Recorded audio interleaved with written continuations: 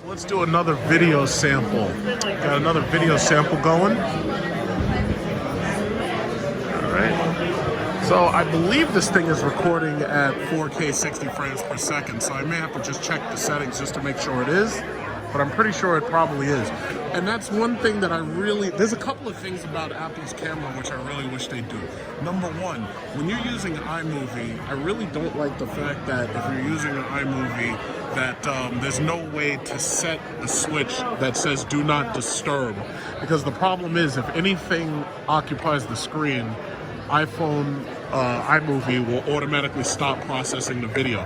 That means if somebody calls you or something, they can screw up the whole process and make you have to start over. iMovie either needs to be made so that it works with other apps like the phone or messaging or something or Facebook, or it needs to be on a do not disturb where if you're using it, it doesn't do anything else but process the video. I have to say, first of all, the lighting in this room is very, very good, so that kind of helps when you're looking at the camera. But I would really appreciate that. Another thing, the buttons are hidden in settings so that you can change from one mode to the next.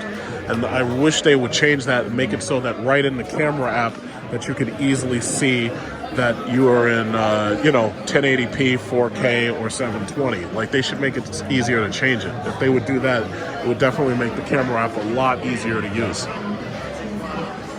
So these are little sample clips, and the phone is going to stop the recording after about a few seconds because they don't let you take too many. And then I'm going to finalize these clips in iMovie, and then I'm going to upload it to my YouTube right from their desk. Okay, so this is an iPhone 11 Pro Max, and I'm using this time to make a short demo video of the Apple Store. And this is what the Apple Store looks like. Like, basically, you know this is not the Samsung store, you know this is not the LG store, you know this is not any store having to do with Android, simply because there's so many people in it, and it looks like everybody's happy and spending their money and blowing their money on these advanced technology products, which Android couldn't even hope to supply us with because they just don't have that level of engineering. So anyway, let's take a look at this camera. Let's take a look at this camera on the Pro Max 11. Okay, so if I want to zoom in, let's pick somebody like far away. Let's pick somebody like, you see, let's zoom in on somebody. Let's zoom in right over there. Let's zoom in. Well, okay, you see this guy? Okay, zoom in, 6x. So that's a 6x zoom. Then we'll come back, that's 2x right there. And we'll come on back a little further, and that's 0.5, and I'm standing in the exact same position. So let's do it again. Let's look at somebody else. Let's see somebody. Let's find some. Look at that guy over there, his security. Look how far away that guy is. Let's zoom in on him. Look at that. Now, obviously, the optics on this thing aren't huge, but the ability to do 6x zoom is pretty good. Let's find somebody else. Who else? Let's zoom in on somebody. Zoom in on that guy right there. All right. Okay, look at that guy. Look how far away that guy is. Okay, so the camera looks pretty good, right? Maybe we could do a slow motion test too. Look at this guy, it's Popeye the Sailor.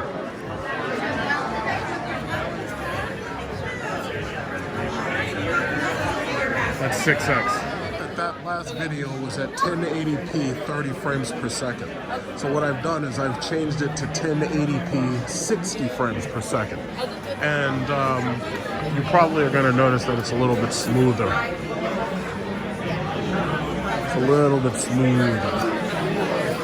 And I'm going to also test, obviously, the zoom ability. We'll see how that looks.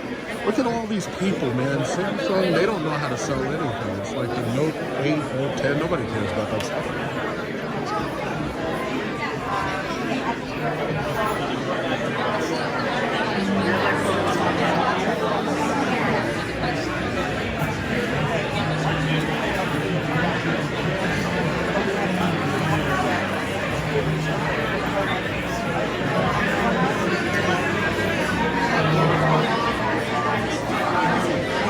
So yeah, once you pass about 2x zoom, The digital image quality is not as sharp, but otherwise it's pretty good. It is still pretty good. I mean, most of the time when I'm video recording, I never really zoom in into anything if I can help it. It looks pretty good though. Honestly, right now I'm not seeing any reason to upgrade, but the thing about it is they do have a bigger battery in.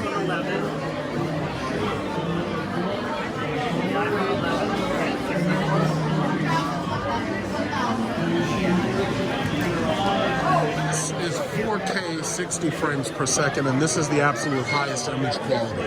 This right here is the reason why I need 1 terabyte of storage. Because the problem is, when you're recording at 4K 60 frames per second, you're using like the absolute maximum amount of, how should I say, file storage space. So what ends up happening is your files get gigantic. It's not really so much a problem for YouTube, but it's a problem for like your social media apps, because they're always going to downgrade the image quality anyway. But one thing I notice is, you notice the 60 frames per second, you notice it's a lot smoother. But unless you're watching this on like a 4K or 5K television or a monitor, you may or may not notice the fact that the image can be blown up to 4K without you losing the black edges on your television or monitor. So, you know, all of my videos are pretty much 4K 60 frames per second when possible. So this, again, is 4K 60 frames per second, and as you can see, it looks, you know, it looks perfect. Now, as long as the standard doesn't change from 4K to 8K anytime soon, we may or may not need more storage space, but I definitely want 1 terabyte of storage before I upgrade, because there's a lot of stuff that I keep on my phone, and the problem is when you finalize videos, I need the extra storage space so that I can finalize a video that may be 5 or 6 or 7 hours long, like when I do my vacation videos. So for right now, my XS Max is just working just fine, and it has 4K 60 frames per second and 512 gigabytes, but I'm desperate to get that 112.